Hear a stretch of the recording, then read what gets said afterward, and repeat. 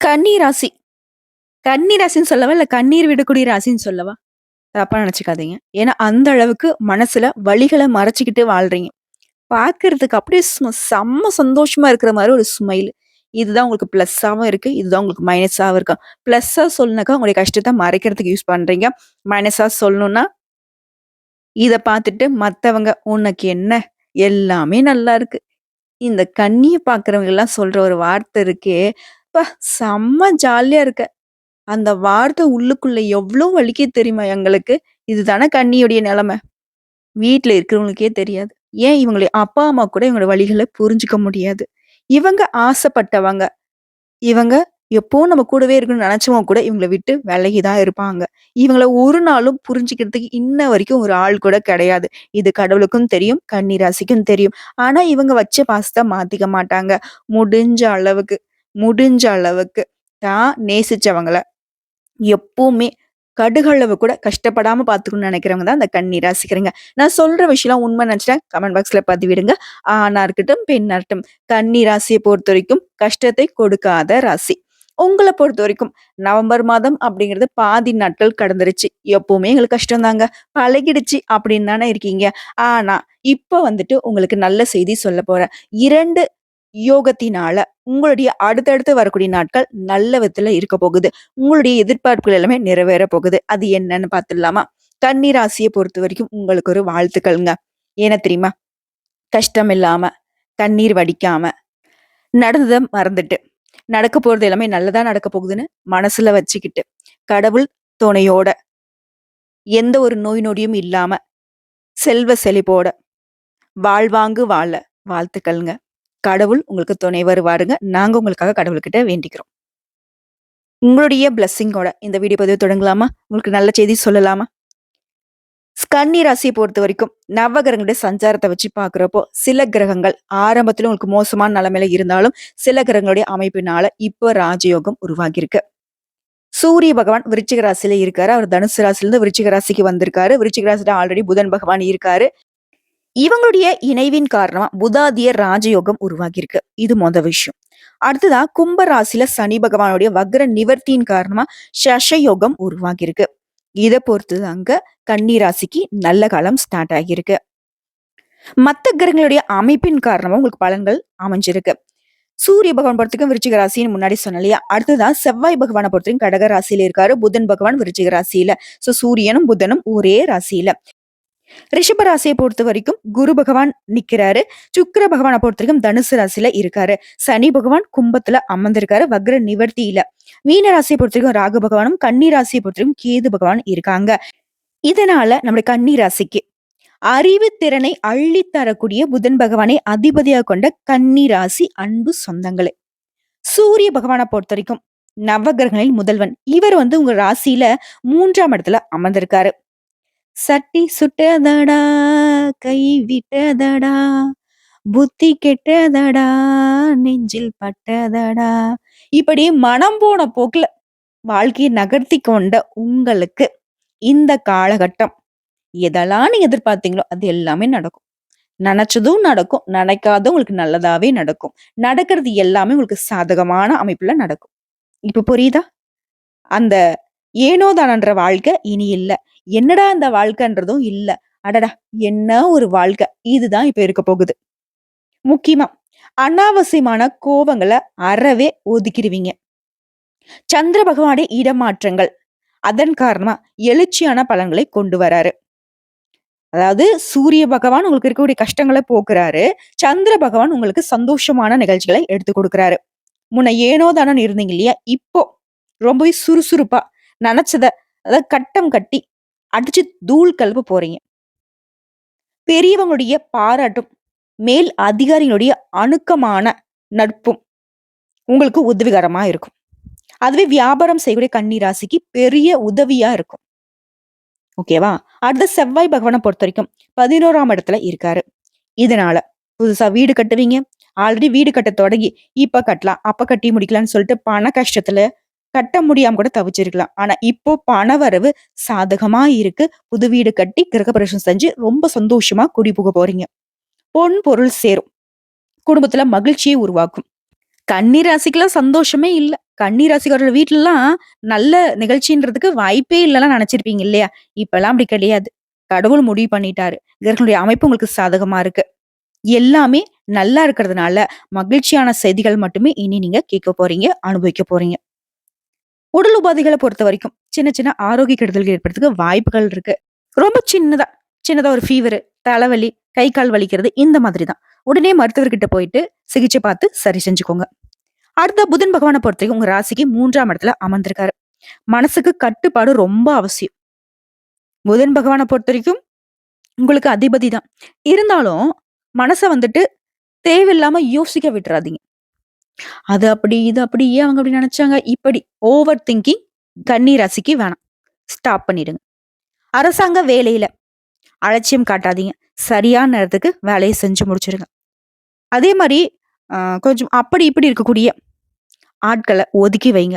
ஆணா இருந்தீங்கனாக்கா பெண்கள்கிட்டயும், பெண்களா இருந்தீங்க அப்படின்னாக்கா ஆண்கள்கிட்டயும் கவனமா பழகணும்.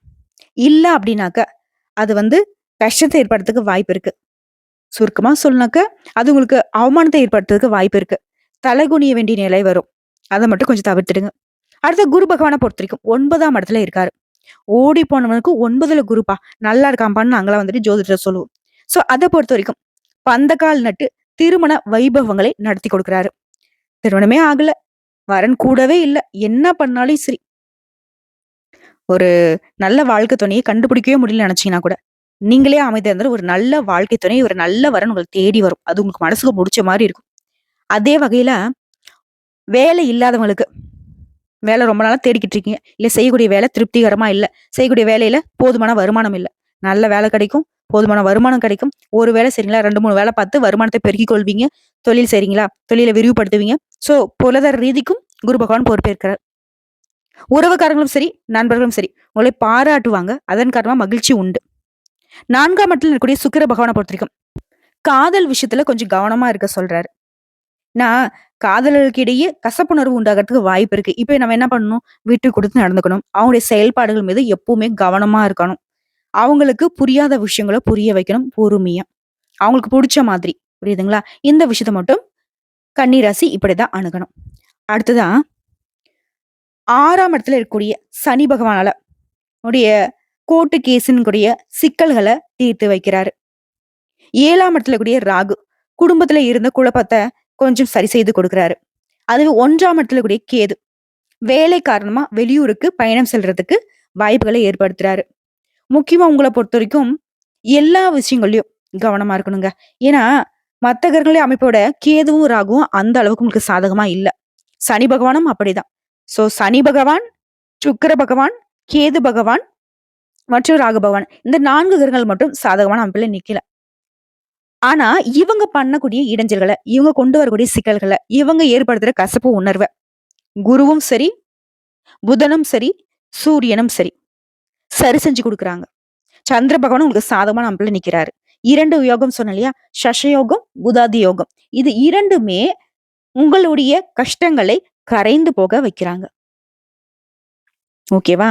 எந்த ஒரு பாதிப்பையும் இந்த காலகட்டத்துல நீங்க அனுபவிக்க மாட்டீங்க. இப்ப இருக்கக்கூடிய கஷ்டங்களும் இல்லாமல் போகும். வரக்கூடிய கஷ்டங்களும் வராமல் போகும். அந்த அளவுக்கு உங்களுக்கு சாதகமான காலகட்டம். இன்னும் விரிவான விளக்கத்த பார்த்தோம்னா, பொருளாதார வசதி பெருகும். செலவு கட்டுக்குள்ள இருக்கும். உறவுக்காரங்கிட்ட பேசுறப்ப மட்டும் கொஞ்சம் கவனமா இருங்க. குடும்பம் தொடர்பான எந்த ஒரு முடிவையும் எடுக்கிறதுக்கு முன்னாடி 1க்கு பல முறை யோசிச்சு எடுக்கிறது நல்லது. சிலருக்கு வெளியூர் பயணம் செல்றதுக்கு வாய்ப்பு இருக்கு. அலுவலகத்துல நீண்ட நாட்களாக நீ எதிர்பார்த்த சலுகைகள் இப்ப கிடைக்கும். இடமாற்றம் கிடைக்கும். அது உங்களுக்கு விருப்பப்பட்ட இடத்திற்கு. தற்காலிகமா கொஞ்சம் குடும்பத்தை விட்டு பிரிந்து இருக்கக்கூடிய நிலை இருக்கு. பட் அது உங்களுக்கு சாதகமான அமைப்புல தான் நிக்குது. அடுத்து வியாபாரத்தை பொறுத்தவரைக்கும் விற்பனை லாபம் அப்படிங்கிறது நல்லபடியா இருக்கும். நீங்க எதிர்பார்த்ததை விட லாபம் கூடுதலா கிடைக்கும். குடும்பத்தை ஆளும் பெண்மணிகளுக்கு குடும்ப நிர்வாகத்துல இருந்த கஷ்டங்கள் விலகி குடும்பத்துல குதூகலமான விஷயங்களை அனுபவிக்க போறீங்க. முக்கியமா பண ரீதியா இருந்த தட்டுப்பாடுகள் நீங்க போகுது. உங்களுக்கு தேவையான பணம் கையில இருக்கும். வேலைக்கு செல்லக்கூடிய பெண்மணிகளுக்கு அலுவலகத்துல மகிழ்ச்சியான சூழ்நிலை காணப்படும். நீங்க என்னென்ன எதிர்பார்த்தீங்களோ உங்களுடைய அலுவலக சூழ்நிலையில வேலை நல்லா நடக்கணும். கூட இருக்கிறவங்க வந்து ஆதரவா இருக்கணும். மேல் அதிகாரிங்க வந்து பெருசா நம்ம கிட்ட தொல்லை கொடுக்க கூடாது. இந்த மாதிரி உங்களுடைய எதிர்பார்ப்புகள் எல்லாமே நிறைவேறும். ஆகமத்துல இந்த காலகட்டத்தை பொறுத்த வரைக்கும் கன்னி ராசிக்கு கவலை இல்லாத காலகட்டமா அமைஞ்சிருக்கு. குறிப்பா எல்லாருக்கும் ஒரு எதிர்பார்ப்பு என்னன்னாக்கா, பண விஷயம் எப்படிமா இருக்கு? நிதிநிலை எப்படிமா இருக்கு? கூலி வேலை செய்றவங்கல இருந்து கோடி கோடியா பணம் போட்டு தொழில் பண்றவங்க வரைக்கும். அன்றாட வேலையா இருக்கட்டும், இல்ல மாச சம்பளம் பார்க்குறவங்களா இருக்கட்டும். எல்லாருக்குமே பொருளாதார ரீதியா நல்ல நிலை இருக்கு. பண விஷயத்துல எந்த ஒரு தட்டுப்பாடும், தடுமாற்றமும் இல்ல. உங்களுக்கு தேவையான பணம் உங்க கையில இருக்கும். உங்களுடைய தேவைகள் எல்லாமே பூர்த்தியாகும். மேலும் உங்கள பொறுத்தவரைக்கும் அதிர்ஷ்டம் தரக்கூடிய எண்கள் 3, 5. நீங்க வழிபட வேண்டிய தெய்வம் சரஸ்வதி தேவி. அதே மாதிரி இந்த அம்மனுடன் சேர்த்து கிரகங்களுடைய அமைப்பு கொஞ்சம் அப்படி இப்படி இருக்கு இல்லையா? இந்த 4 கிரகங்களும் சாதகமா இல்லன்னு சொன்னேன் இல்லையா? அவங்கள சரி கட்டணும்னாக்க, ராகு கால வேளையில துர்க்கை அம்மனுக்கு நல்லெண்ணெய் தீபம் ஏற்றி, அவங்க முன்னாடி மண்டியிட்டு, இரு கரம் நீட்டி, அவங்ககிட்ட வேண்டுதல வைக்க, உங்களுடைய கஷ்டங்கள் காணாம போகும். தன்னம்பிக்கை, தைரியம், எதையும் பார்த்துக்கலாங்கிற துணிச்சல் எல்லாமே உங்களுக்கு சாதகமான அமைப்புல நிக்கிறது எல்லாத்துக்கும் இவங்க பொறுப்பேற்பாங்க. எல்லாமே நல்லதாவே நடக்கும். அந்த அளவுக்கு துர்க்கை அம்மனுடைய வழிபாடு உங்களுக்கு மிகப்பெரிய வரமா நிக்கும். புரியுதுங்களா? சரஸ்வதி தேவியை பொறுத்தவரைக்கும் உங்களுக்கு ராசிக்கு அதிபதி புதன் பகவான். படிப்புக்கு இவங்க. சோ இந்த 2 தெய்வங்களுடைய வழிபாடு உங்களுடைய நிலையை இன்னும் வலுவாக்கி கொடுக்கும்.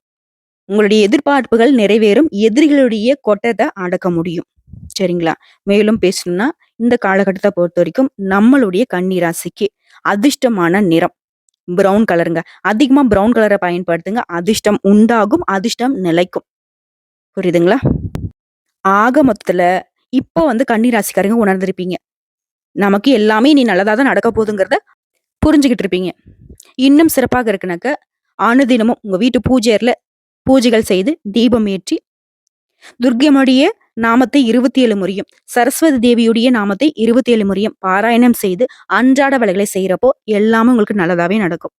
வந்த கஷ்டம் கரையட்டும். வரக்கூடிய கஷ்டம் விலகட்டும். இனி நடக்கிறது எல்லாமே உங்களுக்கு நல்லதாவே நடக்கட்டும். கடவுள் இதற்கு துணை வரட்டும். இந்த வீடியோ பதிவு உங்களுக்கு பிடிச்சதுனாக்க நம்ம வீடியோக்கு ஒரு லைக் பண்ணி மறக்காம நம்மளுடைய அகத்திய ராசி பலன் 2.0 சேனலை சப்ஸ்கிரைப் பண்ணி பக்கத்துல இருக்க பெல் ஐக்கனை கிளிக் பண்ணி வச்சுக்கோங்க. அப்பதான் நம்மளுடைய வீடியோ உடனடியாக உங்களை சேருங்க. இதை தாண்டி ஏதாவது ஆன்மீக தகவல் தேவைப்பட்டுச்சுனாக்க கமெண்ட் பாக்ஸ்ல பதிவிடுங்க. உங்களுடைய சந்தேகங்களையும் பதிவிடுங்க. உடனடியாக பதில் தெரிவிக்கப்படும். வாழ்க வளமுடன்.